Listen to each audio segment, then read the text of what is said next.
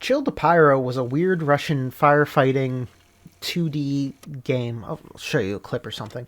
I'm a sucker for firefighting games. I don't know why, but like I always find them really satisfying. Even though this was a weird Russian, slightly broken, not terribly complicated thing, I found it more satisfying than I should have because it was a firefighting game. I don't know what's with that with me. I also play occasionally. There's one series of like mobile style, they're technically a time management game, I think, where you have like your base and then you send your people to collect resources. They run back and forth, and you're trying to get it all done under a certain amount of time. Complete all these things. These are the 12 Labors of Hercules series, and played the 8th one. They're all basically the same. They've slowly added mechanics over the years. You get the same kind of puzzling out of them. There's something satisfying about figuring out the optimal timing for me for, like, we need to prioritize this resource, then this resource, open up this path and that path, so on and so on. So I love them. Well, I don't love them, but I like them. Quite fond of them.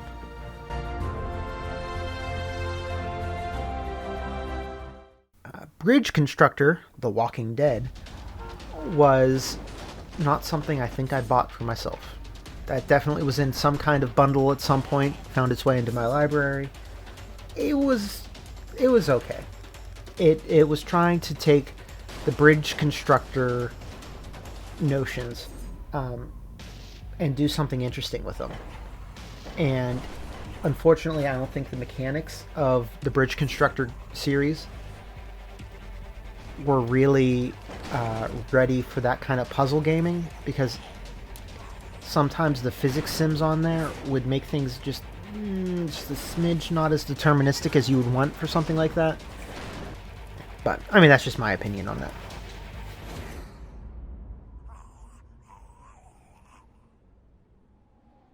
I really enjoyed my time playing The Pedestrian. So The Pedestrian is a puzzle game where you are on signs, basically. And so you're doing 2D puzzles in a 3D world for most of the game. It was very satisfying, and it was something that, just a different presentation. It did some neat things with the puzzles. If you like that kind of thing, I recommend it.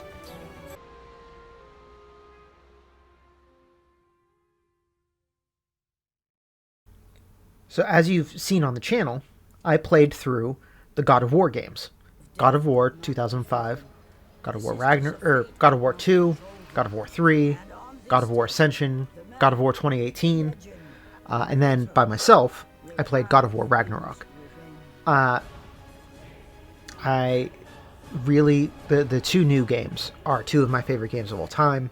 God of War Ragnarok is the best game that I played that came out this year. Just hands down.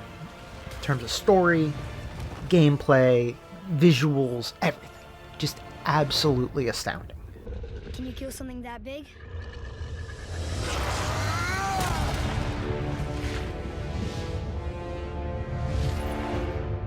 Played a lot of Stardew Valley. I actually 100%ed the achievements. There's a couple things on that save that haven't been 100%ed. And that was the original killer life sim on the PC that set off the whole gold rush of village sims. And yeah, it was special for a reason. If you like farming, if you like village sims, it's definitely one that should be on your radar. It's a surprisingly deep and complex game, especially with the additions that continually got added on, with things like Ginger Island and the Ginger Island volcano dungeon, enchantment. Just it continually continually it just expanded into something special into something that we're probably never going to see quite the same of, ever again.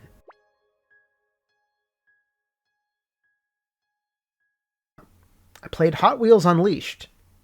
Wow, this is the most racing games I think I've played in a year in a long time.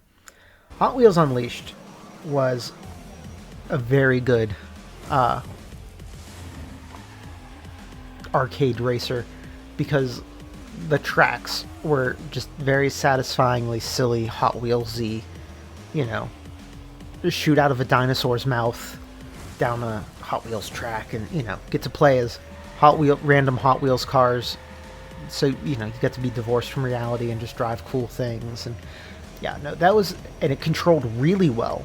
I think that was one of its greatest strengths, was how well it controlled. And yeah, no, it was a lot of fun.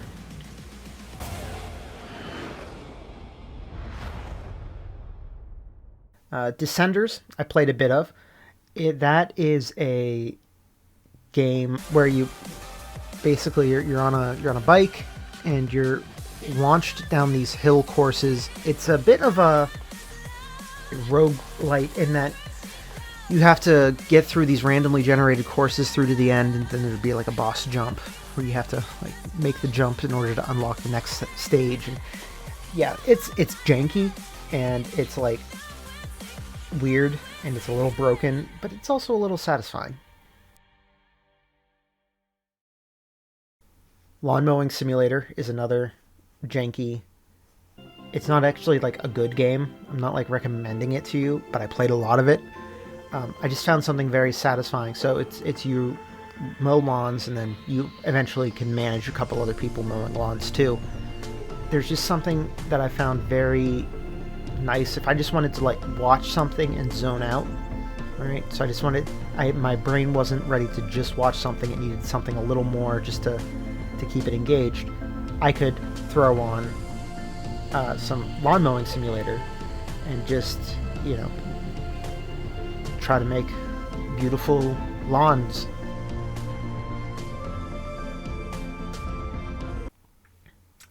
I'm almost done with my playthrough of Dragon Age Origins. Now this is different than a lot of these games in that I've played through Dragon Age Origins before, but Dragon Age Origins is just one of my favorite games of all time. The writing is great. Like, you know, you have your companions, you have these factions. Really enjoy the writing and the world building and all of that. Some you know, top-notch AAA stuff. It is the last game of old BioWare, because it is a real-time with pause tactical party-based strategy game, or party-based RPG.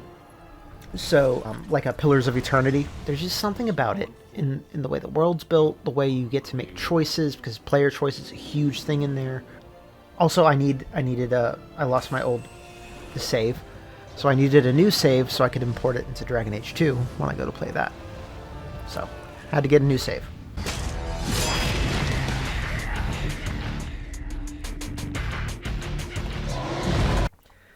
I played through Return of the Obra Dinn on the channel.